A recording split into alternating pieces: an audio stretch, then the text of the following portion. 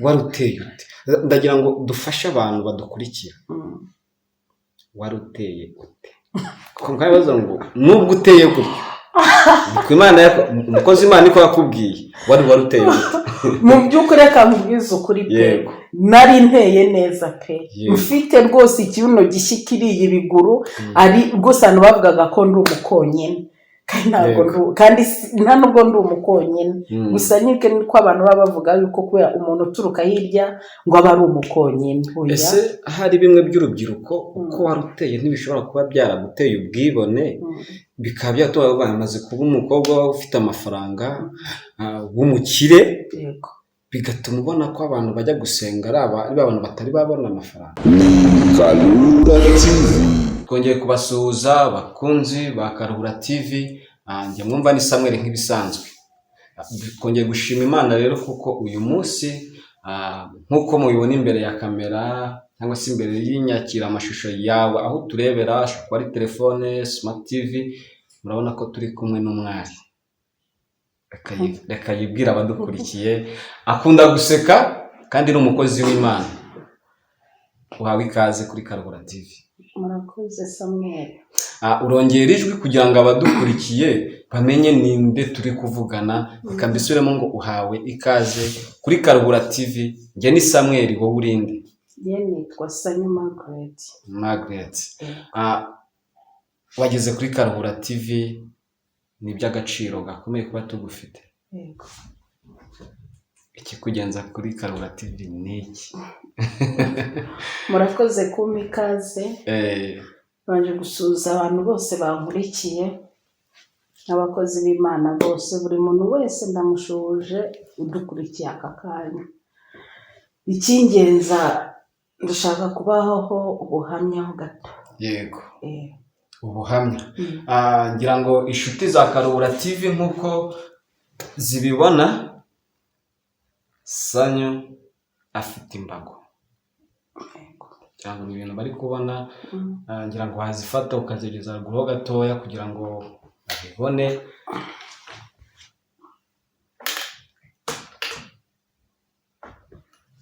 Yego. Ntago ari uko nguko wavutse wakongera ukazirambika ntacyo, ntago ari gutyo wavutse, sibyo?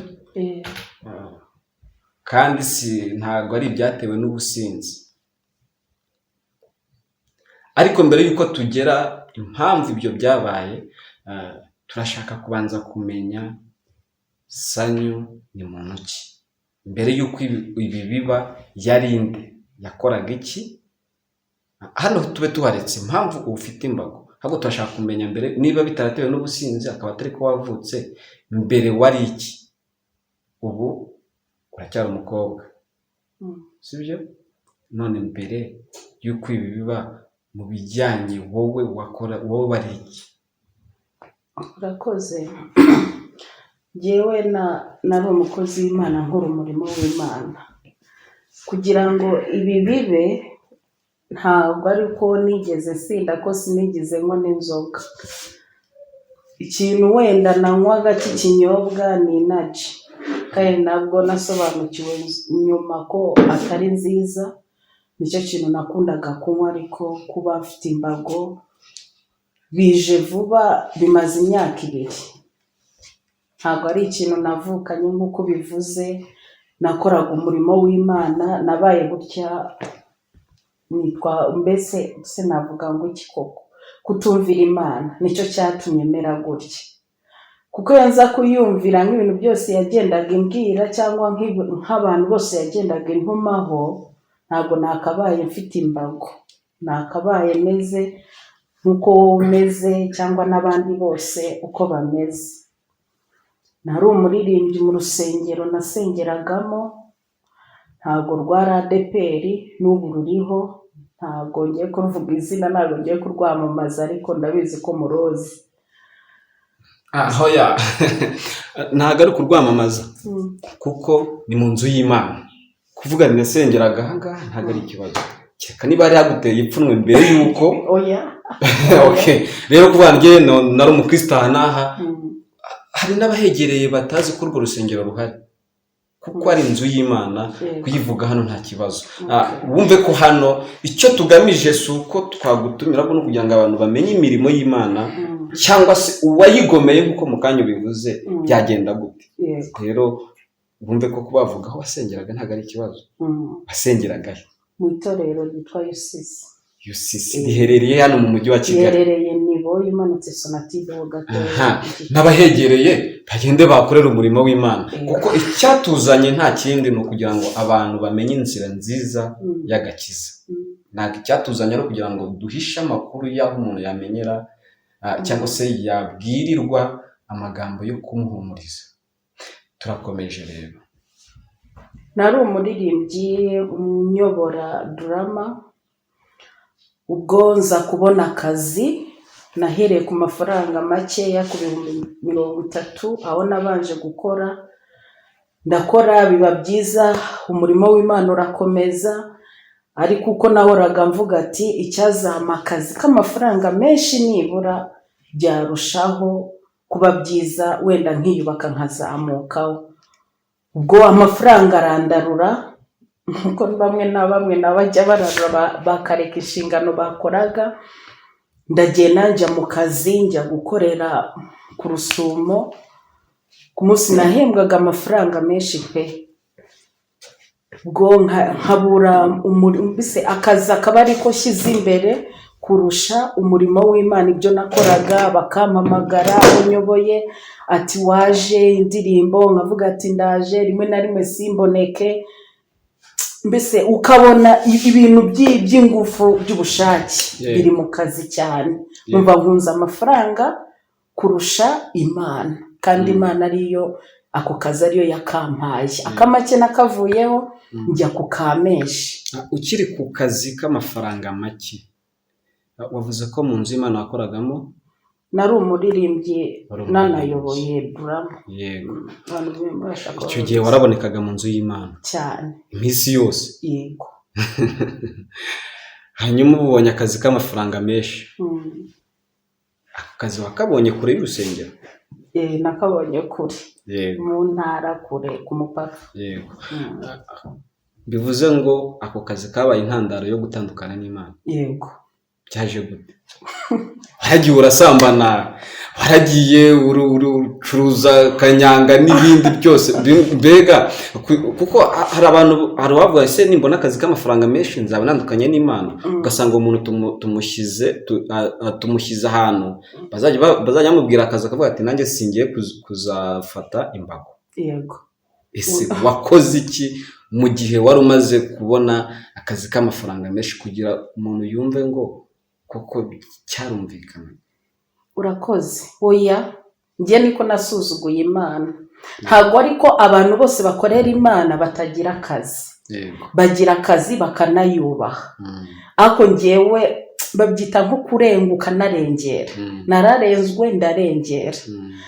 Kuko nimba narabonye ako kazi kagatuma umurimo w'Imana asa nkaho ugabanya, simboneke, kuko nabonekaga kuwa 6 no kuwa 4, kandi ibintu byinshi ari nge wari ubishinzwe kandi nanabishoboye. None nkabikupa, none Imana none ndayisuzugura. Kenshi kugira ngo ibi byose bibe yantumyeho abantu, kugira ngo abantu bumve gusuzugura Imana. Inuma w'umuntu wa mbere arambwira tumva wa mukobwa turahura gutya mu nzira. Bose bari abapapa, uwanyuma niwe waje ari umumama. Okay, mbere yuko uranyangana ko ndagira ngo inshuti za Karuhura TV zumva iki kintu neza. Imana iyo umuntu akizwa abazi ko agiye gusubizwa. Yego. Niba yarafite umugabo mukubita kumva ko ubwo bw'inkoni batandukanye nazo. Niba yarafite umugore w'igishaka kumva ko mbega umuntu yakizwa bayumva ko agiye kujya abwirwa amagambo meza gusa n'Imana, kandi kugiye kujya musubiza ibibazo bya bintu byamurushaga byose atandukanye nabyo. Kuko imbere ya kamera ufite imbago uvuga ngo nasuzuguye Imana, umuntu ahita mbese hari igihe umuntu yahita afata Imana nk'ingome mbere yuko igutumaho abantu. Icyo wakoze ni ikintu kimwe gusa cyo kutaboneka ku rusengero iminsi wabonekagayo. Nicyo cyatumye mera gutyo. N'abantu yagiye intumayo, yagiye intuma yanumyeho abakozi bayo. wenda nkusubije inyuma gato ujya kwakira agakiza, ni iyihe ndahiro warahiye yatumye Imana ibona ko kuba utaje mu rusengero biba ikibazo? Narahiye indahiro kuko ndacyabyibuka sinshobora nicyo kubyibagirwa. kintu ngo cyo kinara amatsiko. Kuko urabona iyo tugiye gukizwa Yego. bagiye kutwatuza agakiza abapasiteri cyangwa abarimu. Iyo turi kwatura bavuga ati ntituzasubira mu byaha, Imana itubabarire. Yego. Jyewe ubwanjye naratuye ndavuga ati Imana umbabarire ibyo nagukoreye byose, ibyo nzi n'ibyo ntibuka. Ntago nzateshuka mu gakiza umpaye guhera uyu munsi. Aho uzankenera nzaba ndi kumwe nawe. Urumva ubwo noneho mbimaze kubirahira bityo nibwo nahise mbona iki inshingano. Yego. Impamvu mubaje indahiro warahiye, hari igihe abantu tujya cyangwa se iyo umuntu akizwa bitewe na bya byizere by'uko ahantu aje nyine ari mu bisubizo gusa, ko batwigisha ko agakiza ari ubuntu, ugahita wumva ko icy'ingenzi wabatijwe n'ibyo koko, ukumva ko ibyo byose birangiye. Wamara umwaka ukijijwe cyangwa se wakiye se umwami n'umukiza w'ubugingo bwawe, utangiye guhura n'intambara zo mu gakiza, batangiye kugusaba ko uyu munsi uri buboneke ku rusengero kandi wari ufite akazi, ntumenye ko ari wo munsi nusiba ku rusengero ugiye guteshuka kuri ya ndahiro warahiye. Reka rero twikomereze. Gusa inshuti za Karura TV murabyumvishe uburyo yarahiye bwaramukurikiranye. Imana igutumyeho abantu. Intumyeho abantu. Wa mbere araje duhurira muri rompuwe, arambwira ati rero wa mukobwa we, wasubiye mu murimo w'Imana, ko Imana igukeneye kandi byihutirwa, kandi ko izakugirira neza uri mu murimo wayo. Ndabwira ati Imana iranyene, ndabwe se ko Imana ko ejo narindi ku rusengero ni ikihe kibazo? Umugarambwa atahareka nigendera, aragenda. Bishira nanone hashiraho iminsi kandi bose twahuriraga ahantu hamwe. Yego. Haza undi nanone umupapa ukuze we arambwira ati Imana irambwiye ngo nkubwire ngo usubire mu murimo wayo, ni nudasubira mu murimo wayo uzahura n'ibibazo. Ko waririmbaga kutakiririmba byagenze gute?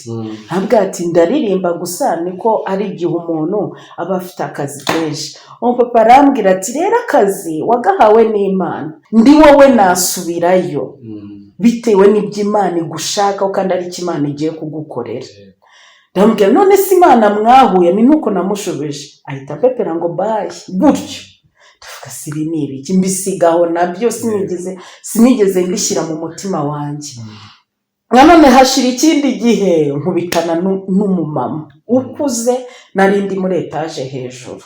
Arambwira ati wowe umeze gutya, ati wowe noneho bose abo twari turi kumwe muri etaje undi akagira gutya, ati hoya uwo noneho ngize gutya, ati manuka.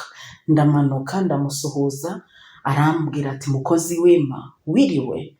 Ndambwira ati niriwe. Ati se kubonye mba n'umukozi Imana kutavuze ngo Yesu ashimwe, ariko mubwira. Nawe ati nagira ngo numve ukuntu uri busubize nawe. Arambwira ati Imana yambwiye bwa mbere n'ubwa nyuma subira mu kazi yaguhaye. Yego. Nudasubirayo iraguhombya aho kugira ngo yo ihombe. Nibwo uteye gutyo iragakuraho. None ambwira gutyo ngo iragakuraho, ndibaza se nagaki iri bukureho. Ndanamwegera namwe nshaka no kumugurira fanta, aranabyanga, arikomereza arigendera. Nsigaye nibaza se niki izakuraho. Ibi nabwo mbisigaho sinabishyira mu mutwe. None nza kubiganiriza umuntu w'inshuti yanjye, nambwiye se ko nahuye n'abantu ko muri iyi minsi uku kwezi kose ko muye n'abantu bagiye batandukanye bambwira iby'Imana n'umusanzu uko mutanga muri ibiki, inifomu uko mba nazitanze, amafaranga, ibintu byose dukenera ko mba nabikoze nk'umuyobozi. Aba bantu ni iki kibazo bafite? Ubwo kera kabaye uwo muntu narambwira ati buruzi impamvu, ati buri Imana wasanga ari ikintu izagukorera kikakubabaza. ntiwasubiyemo mwana nimba ntacyo ukora urumva ugasaba akazi mwana ugasubira mu murimo ati kandi hari ahantu kuba ukenewe cyane kurusha abandi ndambwira ati mwana niraza kubibwiraho bosi numve gutyo nabwo singiye kubeshyera abanyoboraga ntabyo nababwiye gusa icyo gihe kiragera hashira nk'imyaka nk'ibiri ibyo bintu narabibwiwe imyaka 2 irashira mbere yuko ukiri aho mu kanya wavuze ngo nubwo uteye gutyo wari uteye ute ndagira ngo dufashe abantu badukurikira wari uteye ute kuko nkaya bavuze ngo nubwo uteye gutyo umukozi Imana niko yakubwiye wari uteye ute mu by'ukuri reka nkubwize ukuri pe nari nteye neza pe mfite rwose ikibuno gishyikiriye ibiguru ari rwose abantu bavugaga ko ndi umukonyene kandi nta nubwo ndi umukonyene gusa niko abantu baba bavuga yuko kubera umuntu uturuka hirya ngo aba ari umukonyene ese hari bimwe by'urubyiruko uko wari uteye ntibishobora kuba byaraguteye ubwibone bikaba byatuma bamaze kuba umukobwa ufite amafaranga w'umukire bigatuma ubona ko abantu bajya gusenga ari abantu batari babona amafaranga ari abakene nta kantu k'ubwibone kari kakurimo byose byari bikubiyemo kuko naragendaga uko nshaka nkambara uko mbyifuza yego tukirango niki wabwira umukobwa umugabo umusore umwana muto ubasha kureba Karuhura TV kubijyanye n'ubwibone ni igiki wabwira abantu ikintu nshaka kubabwira aka kanya cy'ubwibone kwibona uko uteye ngo uri mwiza ngo urateretse ngo uteye neza ngo mu nda zero nanjye nari mafite iki gifu nanjye nuko cyaje nanjye nari mafite ariko ibyo ngibyo ntago bikanga Imana nicyo kintu nabashije kubona ntago biyumva nta hantu biyikora nta nubwo byanayihagurutsa ku ntebe yayo kuko niba yarabiguhaye gusa ikintu cyayihagurutse nanjye narayihagurukeje urumva ni uko utayumvira igakora icyo igomba gukora kubaha Imana n'ubu ngubu ubu ndayubaha kuva hasi kugera hejuru kandi mfite kamwe kuko muri cya gihe ntabwo nari nzi ibyo ari byo kuko ubu ngubu hagize niyo nahura n'umuhanuzi niyo yambeshye niyo yavuga ati jya ugenda umeze gutya ntabikora ngo niko Imana ivuze bitewe n'ibintu byambayeho nabikora icyo yambwira cyose nagikora rero mwa bantu mwe cyane cyane igitsina kobwa ndabinginze noneho bikitwa ngo urasenga bireka ibyo urimo bitari byiza kuko Imana imanutse iyo yonyine ikamanuka igutumaho gatatu ubwa kane haguruka njyewe ndahamya ko nta ndwigize ituma umumarayika kuko ni ibintu byaje vuba mu gihe twicaye aha akaguru kari kamaze kungana gutya tutaragira ku buryo bw'akaguru rero usobanuje umuntu arakubwira ati shaka uko wajya wasubira mu murimo w'Imana uravuze ati nzabwira boss ntabyo umubwiye hanyuma rero naho twari tugeze ubwo nsubiyeyo ndakomeza ndakora mu kazi nk'uko bisanzwe ukuntu uzaba akampamagara ati turashaka indirimbo izi n'izi iby'iki gihe ngo kuryana sinye telefone nkayubika nari mfite telefone nanjye ntabwo nibuka amafaranga nayiguze urumva ariko musigaranye kamatushe icyo nshaka kubabwira ikintu cya mbere no kumvira Imana kuko Imana we narayakoreraga kuko reka mbabwire mwabano ku munsi nahembwaga 15,000 koro kandi uko niko kuri nahakoze imyaka ijya kugera 5 by'ubwanjye nari mfite ko ngomba kuzagura imodoka yanjye kuko nicyo kintu naharaniraga kuruta gukora iby'Imana ari amafaranga yose yagiye mu kwivuza aba na makeya byose bigenda gutyo byose biragenda birahomba biragenda birashya kubera kutumvira Imana ariko ndamya ko nza kuba naragumye mu by'Imana ubu ngubu ntabwo ari uko nakabaye meze kuko ukora akazi ujya no mu by'Imana nicyo kintu ako nabwo kubo yaranzigamye nabyo ndayishimira amanywa n'ijoro ni ukuri kandi yarakoze. Yego Magda, tumva ari urugendo rukomeye. Urugendo rukomeye kuko abantu benshi twishwe no kutamenya icyo twavuze twinjira mu murimo, kandi nanone twishwe n'uko duteye uyu munsi. Dusigaye twumva ko twamaze kwihindura uko twebwe dushaka. Basuka barasuka, batobora amatwi, bagira ibiki, biyongezaho uko bashaka. Ariko umuntu ukurikiye Karuhura TV, ubu butumwa ni ubwawe cyangwa se ubu buhamya uramenye, wirinde hataba harimo icyo ukora mu byatukururiye akaga ko kugira ngo abagendera ku mbago. Hanyuma rero umuntu wa gatatu amaze kukubwira ko bagiye kugaca. Ni wa gatatu? Niwe wa nyuma. Wageze kwa muganga ute? Byaje gute? Corona yahise itera. Ari n'igihe njya nicara n'ubu ngubu nkavuga ati wasanga ari njye watumye corona itera mu gihugu, cyangwa Imana isoza umugambi wayo. Corona yarateye, sinahita mfatwa n'iya nyuma, iyi ngiyi ya gatatu ya nyuma, ngira ngo ni iy'umwaka urangiye nimba ntibeshye. Njya kwa muganga biranga, benda aho banjyana ku cyicaro mu mujyi, baravura. Bigeze aho noneho barambwira ati rero covid yagushizemo, hano ntabwo tujya tuvura amagufwa, ni ukugushakira igitanda se. Corona yarateye uhita ufatwa n'amagufa n'akaguru. aho ngaho twiye mu mibare uravuze ndakwajyana ibyayo kugira ngo ugere kwa muganga. Ati corona yarateye. Yego. Corona yarateye. Iteye ndwara covid. Yego. Banjyana kwa muganga, banjyanye mu tuvuriro dutoya dusante biranga ko niho bavuriraga abantu. Ari kuvura corona. Yego.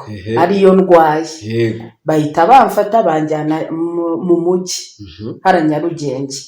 Mbayo noneho akaguru niho kafatiwe. Akaguru kaziye mu burwayi bwa corona. Yego.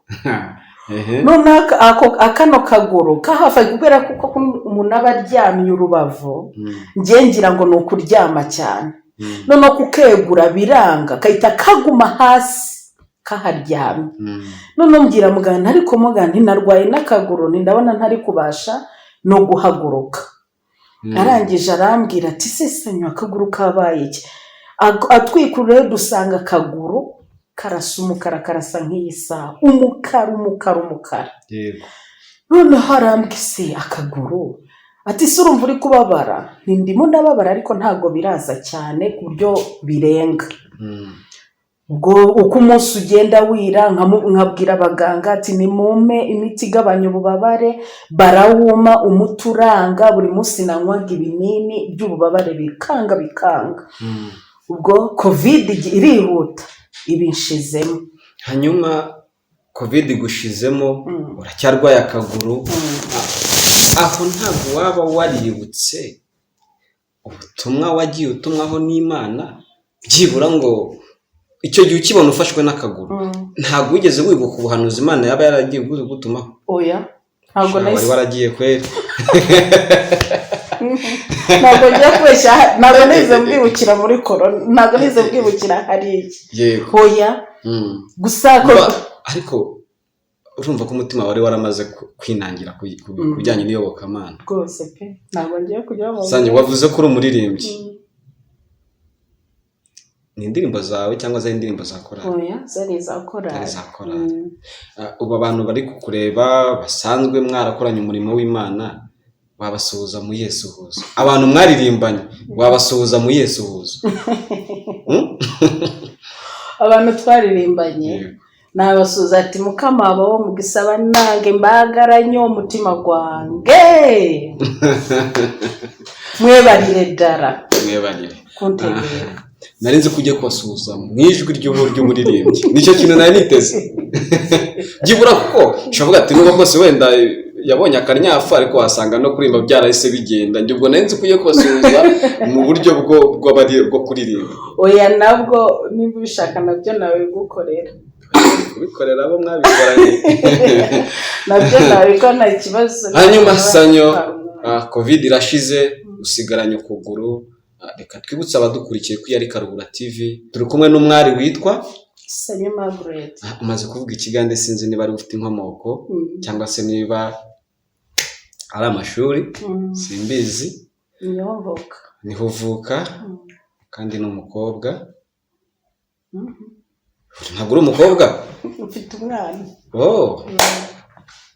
Ariko urashima Imana kubwo ibyabaye byose. Rero aha niho twanzikiye igice cya mbere cy'ubu buhamya. Ariko se wowe udukurikiye ubu buhamya bugusigiye iki cyangwa wadusaba iki? Ubishyire muri comment tubwira ati koko Sanyo amafaranga yari afite byari byiza ko areka Imana, ko muri iki gihe abantu bari kwikanga ibyo batunze n'amashuri bize bakazana tekinoloji yabo kumva ko Imana hari ibyo bakwiye kwihinyuzaho mu byo yaremye. Igice cya kabiri tuzaza tubabwira buryo ki noneho covid, nyuma ya covid nk'uko waramaze kubitubwira, ese ako kaguru niko kabaye intandaro yo gutuma ugendera ku mbago, nibwo bakavanyeho cyangwa n'ubundi burwayi ubwo ushaka gukira ubwa mbere, ubwa kabiri, ubwa gatatu simbizi. Bavuze ko umuhanuzi wa gatatu nyuma yaho wongeye kwibona uri kwa muganga. Reka tubwire abadukurikiye ko tudatinze. Sanyo, gira inama wahereza aba bantu nk'ebyiri. Cyane cyane ndaziha abantu baba mu murimo w'Imana banakora. Inyungu nakuyemo ni ko sinigeze numvira icyo Imana yambwiye inshuro 3 zose. Narinangiye. Icyo mvuga mujye mukora mbere na mbere mumenye Imana niba yarabahaye akazi. Kuko kutayumvira narabikoraga nkashyira akazi imbere icyo cyatumye izi mbago ziraha. Kuko iyo nza kuyumvira ntabwo izi mbago zaba ziraha cyangwa wenda ngo mumbone kuri Karuhura. Nabandi mu murimo w'Imana. Mubikomeze aho kugira ngo ureke umurimo w'Imana akazi wakareka ikakwitungira, kandi ibifite inzira nyinshi itunga mu muntu. Izo nama naba Margaret turakoze. Kandi aha kuri Karuhura TV turagutse. Twishimira abantu bose ufite ubuhamya. Ubuhamya dukeneye abantu batanga ubuhamya beshi. Twandikire muri comment cyangwa se uhamagare kuri nimero urayibonamo hasi, hanyuma utubwire uti nanjye mfite ubuhamya. Margaret, uratwemerera kuduha igice cya kabiri? Nta kibazo.